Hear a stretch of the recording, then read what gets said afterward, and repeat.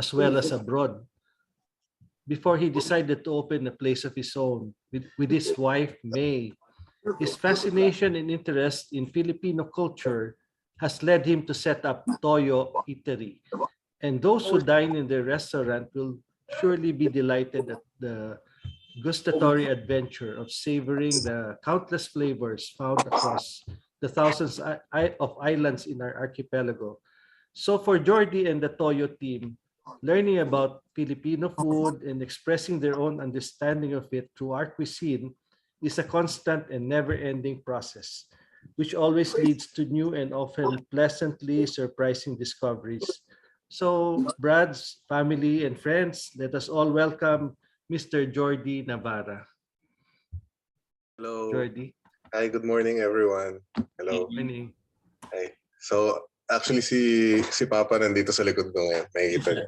Kaway ka pa. Hello. Stage father ba? Yeah, nanonood sa kabilang screen eh. So, today I'm gonna talk a bit about yung work namin, what we do really, and discussing how we got there. Tapos, siguro in a way, okay rin after Tito Bernard kasi magbibenta kami ng experience na ngayon. So, Pao, pwede tayo ng PowerPoint. Yeah. So, first things first, thank you for having me. I have a lot of fun memories ng mga Pinoy na events as a kid growing up. So, sa mga camping trip, mga ganyan.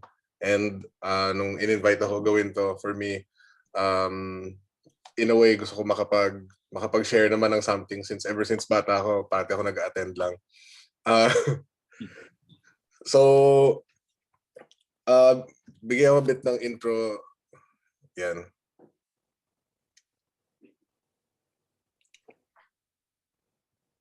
Yan. So, we're talking about reimagining Philippine cuisine. So, we specifically use the word nga, reimagine kasi for us, it's really about expressing ourselves in a way, expressing and adding our take on it. Maraming mga tao nagtatanong, so ano, ini-elevate ba o whatever? For me, not really, kasi we're very careful rin with that word kasi if you say elevate, parang you're also implying na what came before is inferior when we truly believe na it's not. For us, it's just trying to be fun and creative and trying to explore yung possibilities ng food. So, yeah, next slide tayo po. And so we're gonna play a video lang to show everyone what Toyo looks like, parang what happens usually in a typical day at the restaurant, and parang just to sort of show a bit of what the work atmosphere is like. Unmute ko.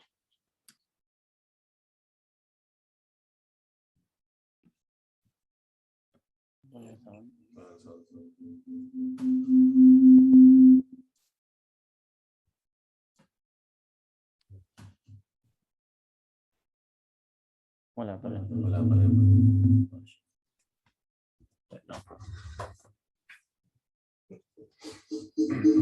Nag-feedback.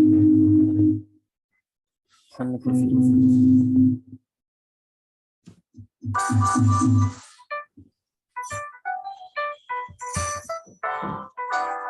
Narinig ka naman.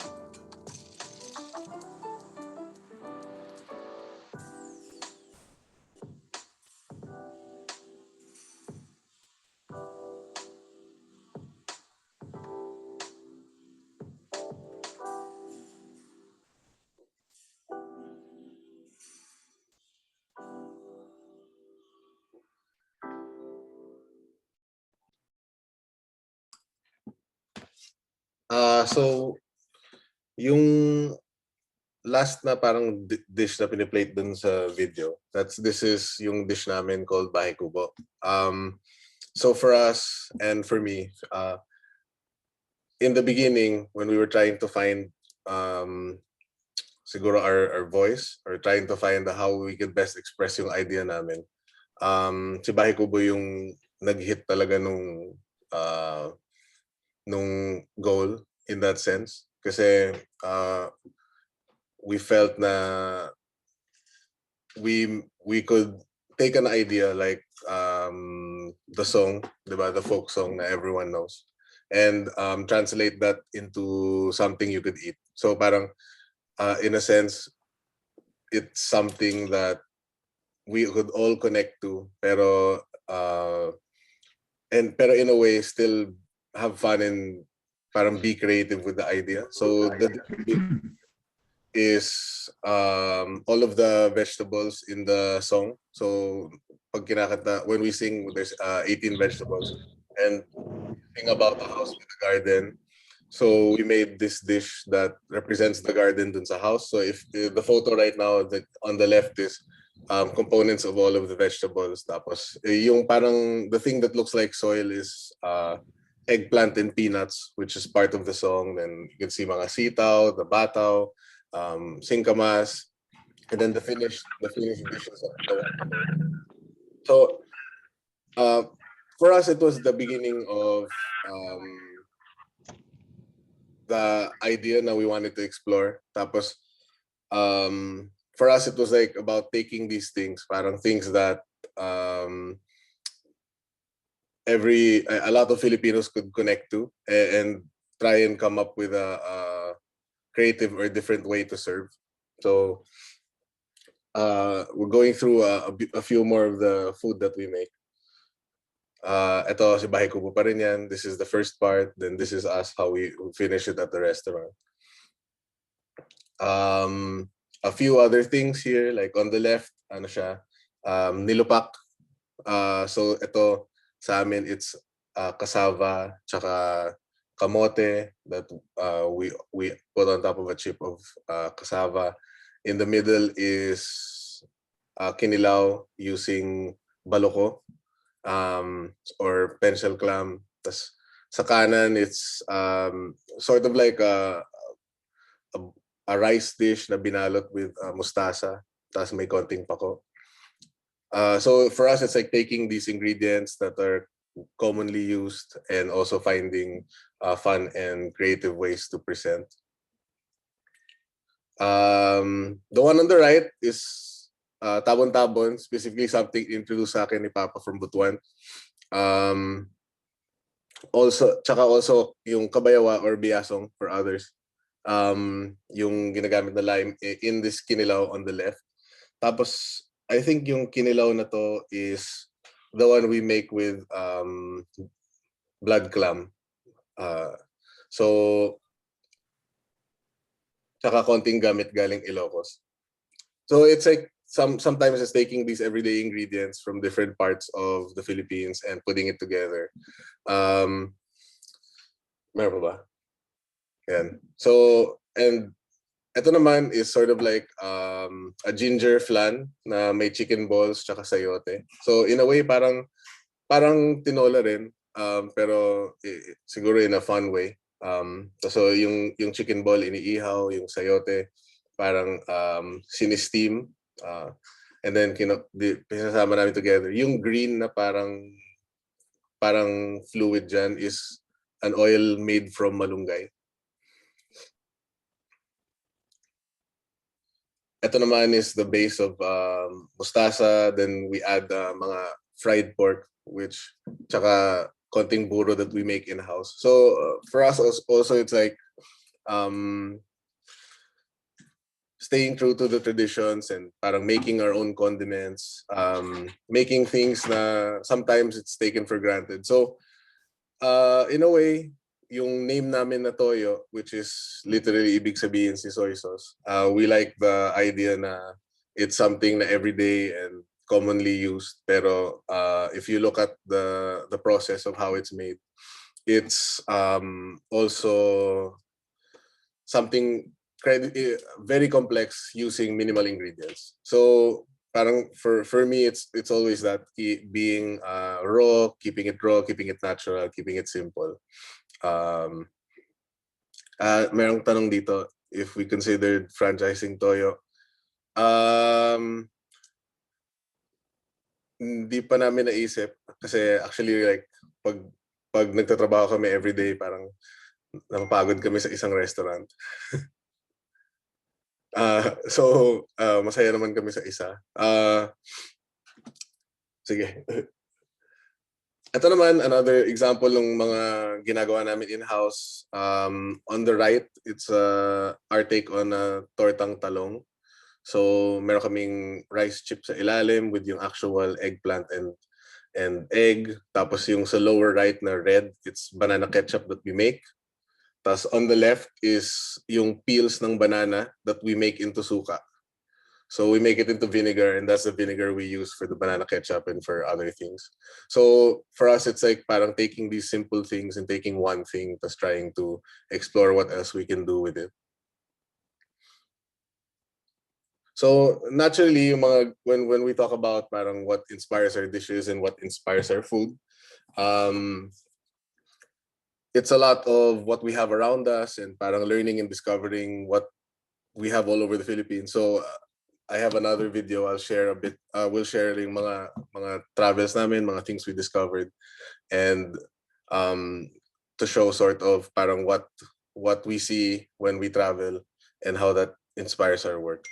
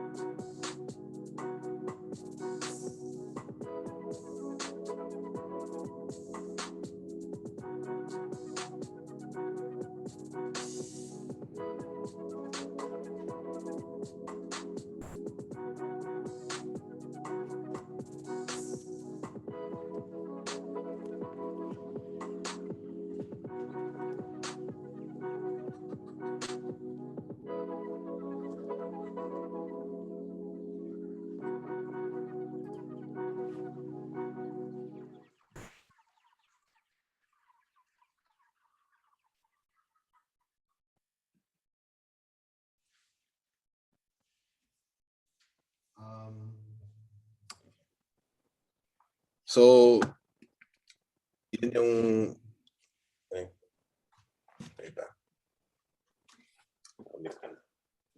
yeah. So, yun yung a video we made when we were traveling. So, what we like to do is meron akong echo.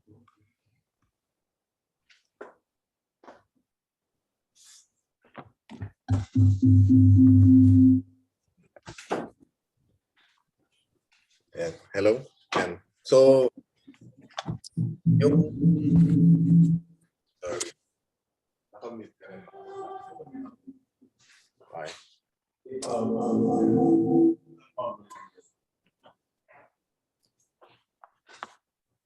So, yung... Yeah, the video basically shows yung mga travels and the things that we take and the things that we learn about when we try and find more about different parts of the Philippines. So seafood is one component of a restaurant. So whenever we make choices of dining out and eating out, syempre the food is parang the main reason you choose to eat out. And sort of in a way na parang pinag-usapan ni Tito Bernard kanina about the psychology of buying and selling. When it comes to restaurant experiences, parang there are many parts of that experience that also contribute to eating out. So one thing is also service tsaka hospitality. So for me, like one of the things that we also wanted to highlight at Toyo is some of the things that contribute to the experience, like service and hospitality. And for me, see, Philippine hospitality is actually I feel one of the most parang genuine and warm experiences of the world. Parang the way we are when we come, the way we act when we host people is something very natural sa atin. So the goal for us was really trying to take that and let the people that work with us express that side. So that's one part, see hospitality. Let's keep going. Also, parang in terms of Philippine craftsmanship, for us, it's using the materials that we see around us, and parang having that also mimic or represent how we also approach food, which is a simple approach, like very raw, very natural. So in terms of how our Toyo also looks, we wanted to parang show that also using Philippine materials, working with Filipino craftsmen, the same approach that we take dun sa food. Sige. So this is another part of the restaurant. So yeah, we have a pretty small restaurant. Pre-COVID, we would seat mga siguro 30 to 40 people at a time. Just now sa COVID, 10-20% outdoor. So we're lucky enough now we have an outdoor dining area, but I don't think we have a photo. But so for us, it's really that, like you using these materials the same way na while representing also in a similar way na we do the food. That's also for us. Luckily enough, parang we've been successful enough to also expand the idea to a panaderia. So yan. So we opened the Panaderia Toyo mga few doors down from Toyo back in 2018, I think. 17 December. Parang ganun. Yeah. So here naman for us, it's like taking also the same idea what we did with the restaurant experience as doing it for bread. Tapos the one thing I noticed then with kunwari Filipino chefs and hospitality workers, parang all of us, there's Filipinos everywhere around the world working and cooking different cuisines, diba? So like number one of the main jobs ng some OFWs for us is like hospitality jobs, front of house, sa hotel, kitchens, kusinero, and the thing is though, parang we never get to cook our food or Sago naman yeah. like Pinoy food. So for us dito rin, I went to visit uh, 10 Bells Bakery in Paris.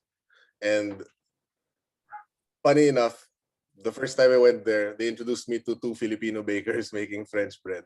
So parang it struck with me also na parang, oh wow, in terms of skills, talent, parang we're good enough to really to to make things. Pero sometimes we never have the chance to do it our way. So si Panaderia Toyo is also like exploring the idea of Pinoy bread baking, and seeing how we can explore the possibilities of that. Yeah.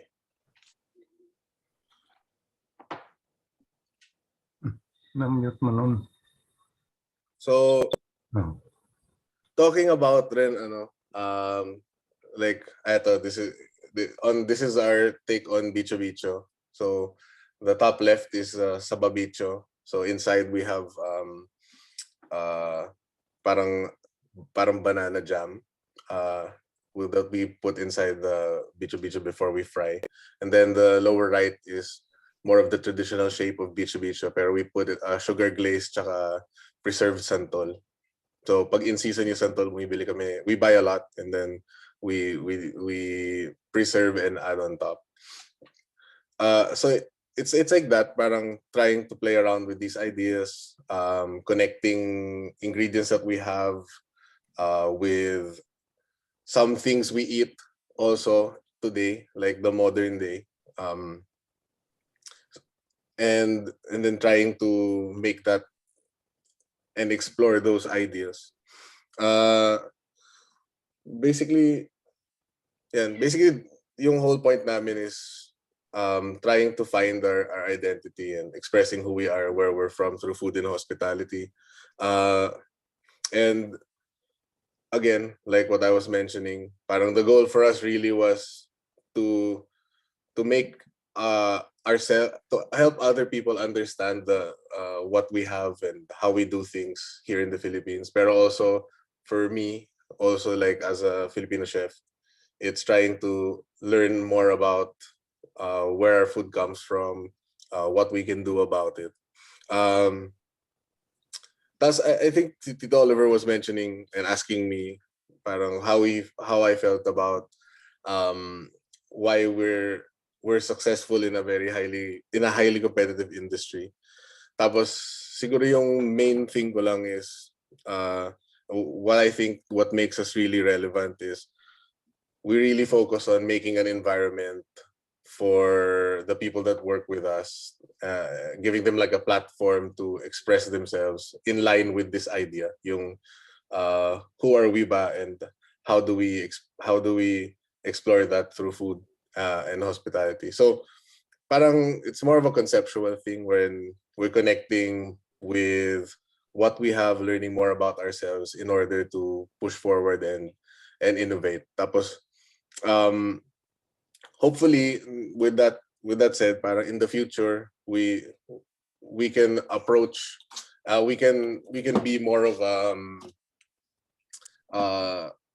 cuisine around the world that people instantly that people can understand more. And even for us, I feel na internally a lot of times Filipino food is very hard to define. Tapos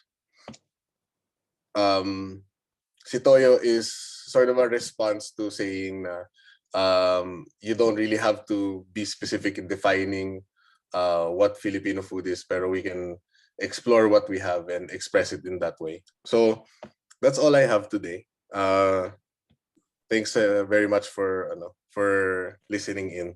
And if my questions about it, please game ako for answering. Okay. So, Jordy, Yes. thanks. Before we go to some questions, may mga comments lang dito, Jordy. Like, apparently there are so many of us here in this group now who have already dined at Toyo, no? Si Bernard was saying na they dined at Toyo, tapos the server actually sang Bahay Kubo before while serving the food, no? Tapos si Kenneth Cobon parang experiential daw talaga yung dining there because although the place is small, you should try to get a seat downstairs so you can observe the chefs or the cooking, no? I don't know kung saan ba yun malapit. And then of course si Jing commented that it's amazing how every dish has its own story. And the Ping also asked if is there food for children? So okay, yet coming there. Yeah, food for children meron naman. We have kids that come and eat. Actually, meron kaming regular guests sa gitna ng lockdown na bata na Shakoy. so yeah, we have mga things. We have a lot of food that kids can eat. Siguro the most common one that they eat would be yung barbecue namin. So we make barbecue with rice here. So yun yung main thing na recommend namin with kids. So yeah, sana they'll like that. Oh, okay. Brad Alan is asking, what do you think is the future of dining? The future ng dining, I think it's a bit of a difficult question sa panahon ngayon with the pandemic. So, in the middle of the pandemic, I have to say na whenever we have lockdowns, it hurts the business a lot because we rely highly on dine-in guests. Luckily enough nga, we had the panaderia. So the panaderia is, since bread and pastries are more suited for takeout. Dun kami mostly nabuhay with the panaderia. Future of dining, I still think that people will still want to go out. Kasi, for example, the moment na wala ng lockdown, people started coming out to eat. There's something with sharing a meal, especially within our culture. Parang sharing a meal is a very important thing. So kunyari kami ni Papa as a kid growing up, it was always Sunday after church we eat out. So I still think na may value pa rin in going out to eat and going in groups. Especially now na maraming distractions sa day-to-day, like phone, internet, TV. So I think still people will still value parang face-to-face dining. But the key is when we can do it safely. Okay, so open na tayo for questions. Are there any